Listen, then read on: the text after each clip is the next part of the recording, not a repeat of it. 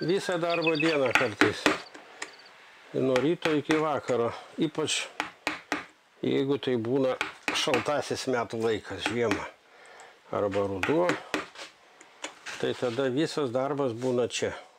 Ir jeigu jau turiu kokį konkretų aišku darbą, tai prie jo pradirbu 10-12 valandų per dieną.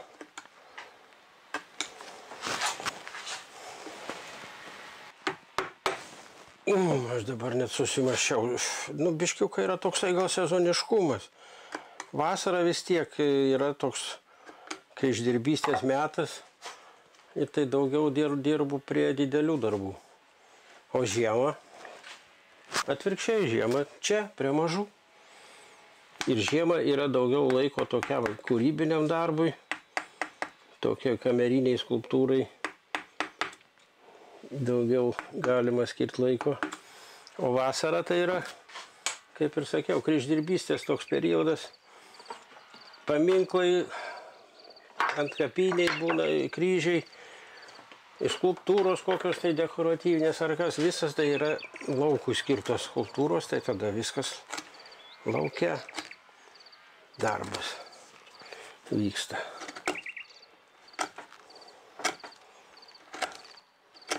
Bet čia yra pats maloniausias darbas, va šitas. Skulptūrėlės, tas tokios. Ir ne tai, kad skulptūrėlės, bet man patinka, kai aš darau tos didelės skulptūros, kuriuose, kamerinė skulptūra, bet jinai turi ten daug figūrų, kuriuose yra pasakojimas. O dabar, kai padariau į Rokiškio konkursą, tai ten biblinė tema, švento rašto tema drožiau 5 kompozicijas, tai ten buvo ir išvarymas iš rojaus, Jėzaus krikštas, tai ten visoje toje viename tame gabale, pavyzdžiui, Jėzaus krikštas, visas pasakojimas. Tai va tokie man kombinacijos patinka. Kur daug figūrų, sudėtingos kompozicijos, daug žmonių, daug veikėjų. Ir tada čia sėdi į drožį ir, kaip sakau, toks kaip audimas gaunasi. Pradedi audi, didini tą plotą drožybos, užpildyti jį reikia, tai ir dekoro, ir visko ten pridedi. Žodžiu, reikia pasitelkti visą fantaziją, ką ten sudėti, kaip užpildyti tą plotą, ir kad būtų įdomus, ir kad būtų aiškus tas drožinys. Tai va tas yra mano pats įdomiausias dalykas. Aš 6 klasės Ukmergėj, kai pabaigiau, tai tėvam pasakiau, kad aš noriu būti dailininku. Aš mokykloje, sakykime, ten gražiai piešiau, lipdžiau, buvau toks, kur mano meniniai šitie dailės sugebėjimai buvo ryškesni už kitus vaikus. Ir baigęs tą 6 klasę pasakiau tėvams, kad noriu būti dailininku. O dailės mokyklos Ukmergėj nebuvo to laiku.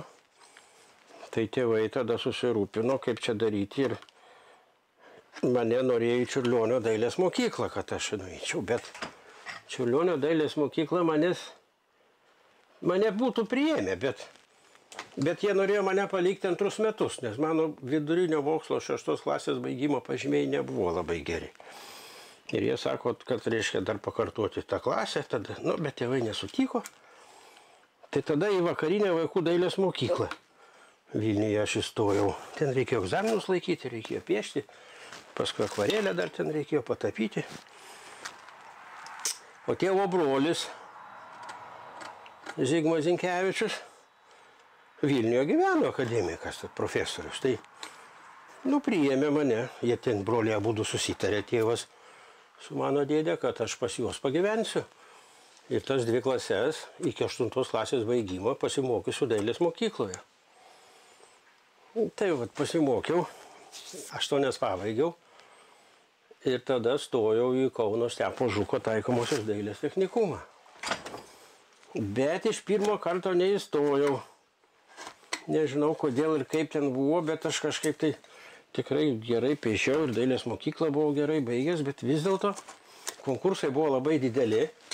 Ir ten komisija krėsdavo po pirmo piešimo egzamino be gailesčio, kad kuo daugiau sumažinti tų stojančiųjų. Tai ir aš papuoliau į tą grupę ir mane nupurtė. Gavau 2 iš piešimo ir parvažiavau namo verkdamas. Neįstojau, nu ką. Nu, bet labai norėjau, vis tiek verkiau ten. Tėvai, aišku, ten daugiausiai pasižymėjo, ką aš ten žiopliukas dar buvau toksai aštuntokas. Kad yra tokie, tame pačiame technikume, paruošiamieji kursai, kuriuose gali lankyti ir ruoštis kitiems metams stojamiesiems egzaminams. Bet ten yra dar gamybinės dirbtuvės. Tuose dirbtuvėse tu turi dirbti ir po darbo eini į technikumo klases ir ten mokytojai tave ruošia egzaminams. Tai nuėjau į tas dirbtuvės, įtaisė mane, o ten buvo medžio dirbtuvės. Ten staliai darė tokias spinteles biblioteninkystės reikmėms. Ir šalia buvo ta klasė jau tų technikumo moksleivių, kurie ten ateidavo jau praktikos darbams, droždavo tenai. Nu ir aš ten žiūrėdavau, kaip jie drožė. Bet svarbiausia yra tas, kad aš, kai stojau į tą technikumą, tai stojau į keramiką. Nes aš labai, lipdžiau gerai ir norėjau būti keramiku. Apie medžio drožybą kažkaip net negalvojau. O va tada, kai pabuvau tose dirbtuvės, kai pamačiau tos medžio drožėjus, ir per metus man jie kažkas pasikeitė. Ir aš sugalvojau, kad aš stosiu į medį. Nu, vat ir įstojau kitais metais į tą medį. Ir vat pasidariau tų medinukų.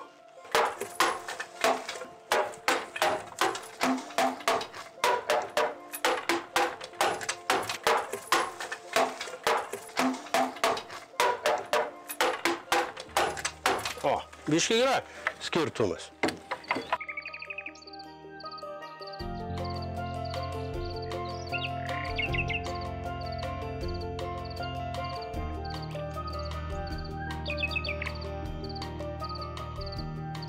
Kažkaip tai konkrečiau rimčiau dirbti pradėjau po nepriklausomybės atkūrimo jau. Bet jeigu kalbėti apie va šitą rūpintojuką, kur dabar drožiu, tai kiek aš jau pridrožiau, aš nežinau. Bet man jie visada labai įdomus. Ir aš juos drožiu su mielu noru. Aš nežinau, kas čia yra, kodėl taip yra. Ar čia tas dievulis taip jau reguliuoja ir džiaugiasi, kad aš drožiu, ar čia kas kita, bet kiekvieną kartą, kai aš įdrožiu, tai man atrodo, kad čia man kaip kokia naujiena. Ir vėl stengiesi taip padaryti, paieškoti čia plaukiukų, barzdytės, nosytės. Ir nenusibosta, nors visą laiką tas pats. Kažkaip keista, net tikrai, aš apie taip pagalvoju, kad kodėl, arba angelus, jeigu drožiu, tai irgi tos angeliukus vai kolekciją, kur darau.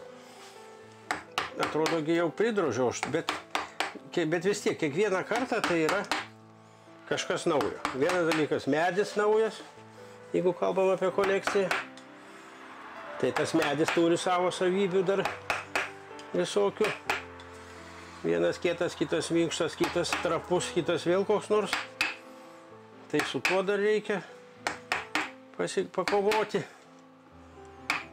ir nenusibosta. Ir iš vis man drožti, tai aš jeigu laukia dirbu skulptūros, sakykime, užsakymą darai kryžių kopliais sulpės ten anoj dirbtuviai, tai kokią 6 valandą ten pabaigi, tada ateini čia į dirbtuvę ir vėl droži. Bet čia droži jau dėl to, kad tau norisi. Ir taip iki vakaro, iki nakties, kada jau miegot reikia. Nu tai tas turi būti jau vis tiek užsikrėtęs toksai. Nes vis tiek čia reikia atkaklumo ir noro, ir čia nėra taip jau lengva. Vis tiek fizinis darbas, kiekvieną dieną. Tai aš jeigu dirbu, tai aš nelaikau, kad čia darbas. Man tai čia tokia pramoga visą laiką, aš žaidžiu savo drožiu ir man galiu dieną naktį čia dirbti, tik tai būna taip, kad pavargsti ir jau nebėra jėgų. Tai. Bet nėra jokio noro mesti ir nebedirbti. Tai čia aš manau, kad aš jau tikrai užsikrėtęs toks. Tai čia mūsų yra tokių Lietuvoje žmonių. Dar.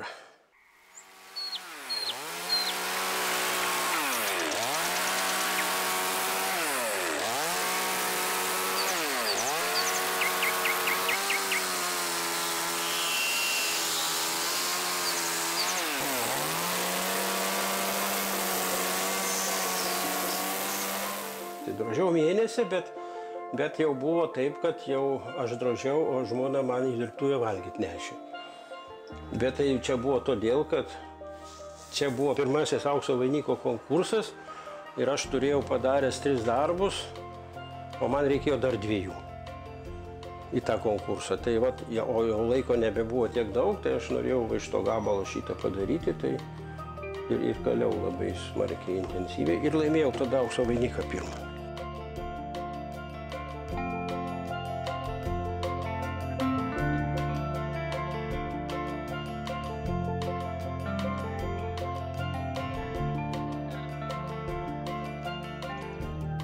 Tremties tema tai vis tiek tikriausiai pati didžiausia įtaka tai buvo pažintis su šitų lapteviečių tremtinių brolyje, su jos pirmininku Jonu Markausku, kai aš padariau jiems pirmąjį darbą.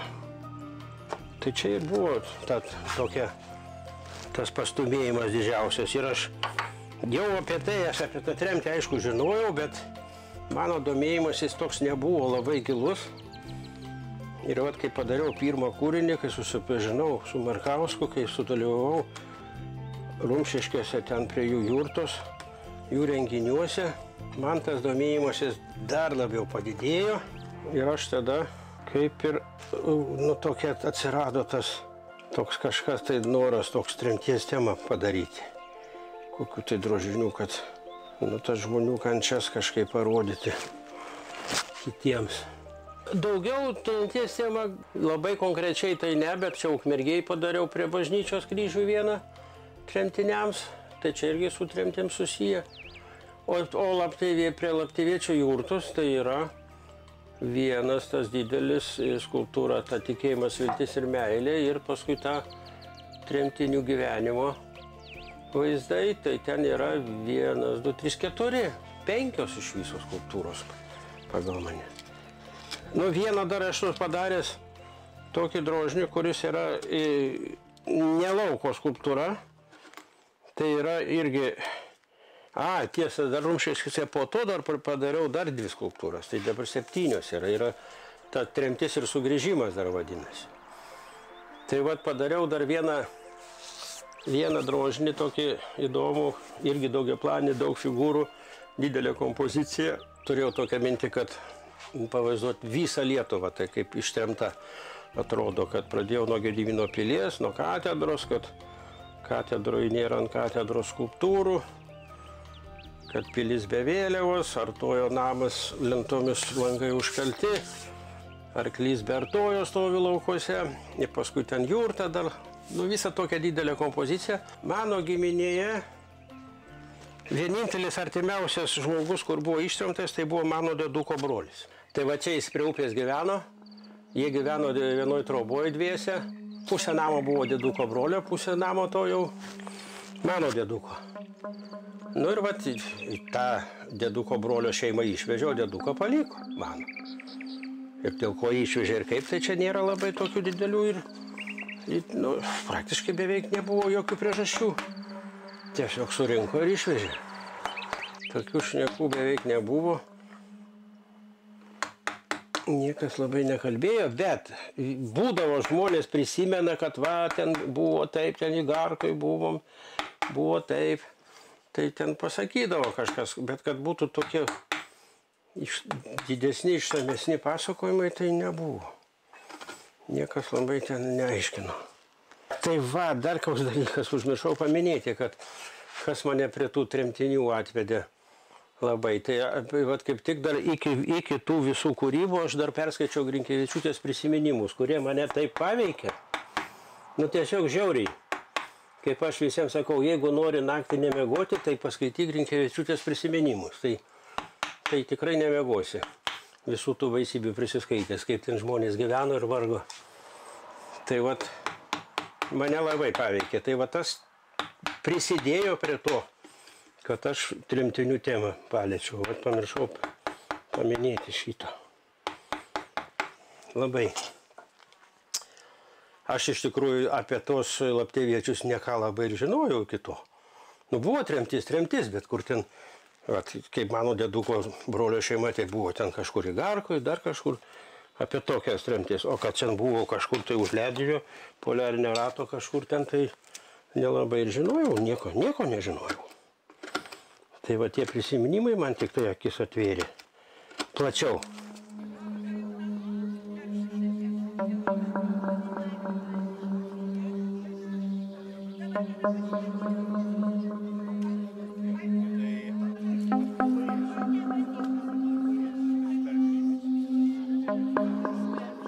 Pirmą va tokią skulptūrą, bet 4 metrų dydžio, mes padarėm Vengrijoje.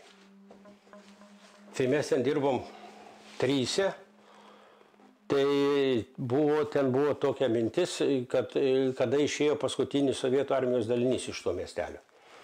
Tai buvo dovana nuo lietuvių tautos ir pasveikinimas toks kaip ir buvo. Tai mes ten nuvažiavom ir padarėm tą skulptūrą. Tai čia buvo Vengrija, šitie ryškiečiai simbolizavo kaip ir kelią į laisvę, o čia Šventas Jurgis nugalintis drakoną.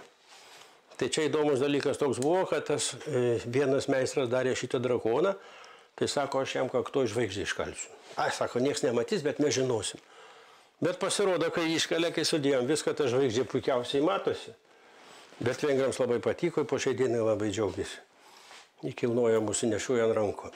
Norėjau aš padaryti va tokių obeliskų visą tokį ciklą, mintis buvo. Bet paskui kažkaip pataušau ir matyt, nelabai man patiko ta tema visiškai, bet... O čia va yra sausio 13-osios aukoms atminti. Čia yra žuvusių pavardės surašytos, čia kaip ir tankų vikšrai, čia Pieta, Marija su Jėzum ir paukščiai, tokie kaip laisvės simbolis. Tai dar Pietas šitos aš padariau pirmas. Kažkaip man labai norėjosi tą Sovietų Sąjungos griuvimą kažkaip parodyti. Taip, kažkaip kilo ta mintis. Čia vadinasi Sovietų Sąjungos žlugimas pagal Šventą Jurgį. Tai va čia tas drakonas visas, tai yra Sovietų Sąjunga. O raitelis, kur smeigia drakoną, tai yra Lietuva. Tai va Lietuva padėjo Sąjungai sugriūti ir va pasmeigė tą drakoną. O tas drakonas tai va ir žmonių pririjęs, ir tanko vamzdis užlinko jau čia, kadangi jau buvo nepajėgi čia mūsų užlaikyti. Visų ir liežuvis čia laisvė, lygybė, brolybė deklaracija. Deklaruodavo, buvo, žodžiu, kalbos buvo, bet buvo tik tai kalbos. Nei tos laisvės, nei brolybės. Va ten va tas Jėzus baltas nukryžiuotas. Tai aš va tokius darau ant kryžiaus, kai padarau kryžių ir kai kalu, kai dedu ant kryžiaus. Kai mes minėjom valstybės mūsų atkūrimo 100-metį, tai aš prisiminiau savo bobutės pamoką istorijos. Tai čia yra mano bobutė, mano tėvo motina, o čia aš. Tai jinai man tada taip pasakė apie Lietuvos nepriklausomybę. Tai aš buvau 5 klasėje gal mokinys tada. Sako, vaikeli, sako, buvo taip, sako, vokiečiai pralašė korų, bolševikai nuvertė corų. Į tą 2 vaikelį sustvėrė Lietuvą. Va, tai su istorikais kaip pakalbu, tai sakė, puikiausias apibūdinimas, valstybės atsikūrimus sąlygų apibūdinimas. 2 sakiniais. Reiškia, caras nebegalėjo valdyti, o vokiečiai irgi negalėjo. Tada Lietuva laiku susigrėbė ir atkūrė savo valstybę. Tai mano babutė, būdama beraštė, va šitą man paaiškino. Tai aš tada paėmiau ir kai 100-metį minėjau, padariau šitą drožinį.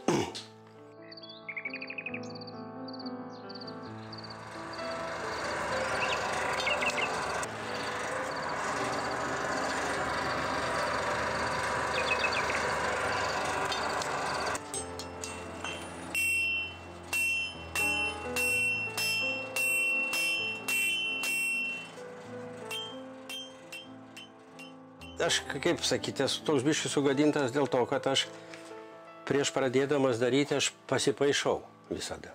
Ir paskui aš kai nupiešiu, tai man jau tada rūpė daryti taip, kaip nupiešiau. Kažkaip taip viskas galvoj susiklostė, kad aš net pasikabinu savo piešinį ant sienos ir pagal piešinį drožiu. Tai čia toks, nežinau, ir kankinu save. Galėčiaugi keisti ką nors, bet ne. Va taip, kaip sugalvojau. Pakeiti detalę kokią ar ką nors. Bet kad nebūtų taip, kad jeigu sugalvojau, kad bus 5 žmonės, o išėjo 4. Tai taip jau nebūna. Jau turi būti 5 tada vis tiek. Ir tada save kamuoji ten. Netelpa, neužtenka vietos ten visaip. Oi. grauži, bet viskam paskui žiūri, viskam vietos tos užteko ir viskas gerai. Taip kaip ir vat, jeigu drožti, tai su drožyba gal taip nėra, bet vat, sugalvojau ir niekam jo nereikia to drožinio, bet reikia man. Na ir ką, ir pirmin. Visi miega, o tu droži. Ypač labai gera žiemą, kai ramybė, jau kokia 7 valandą tamsu, nieko nėra, nieks nebevaikšta. Tada va čia savo užsidarai ir tada kaifuoji savo. Droži. Ir matai, kaip po biškį tavo planas vykdosi. Ryškėja. Ir paskui žiūri, kad vis tiek netaip išėjo. Kaip norėjai. Tai jau čia. Nu, bet ką darysi.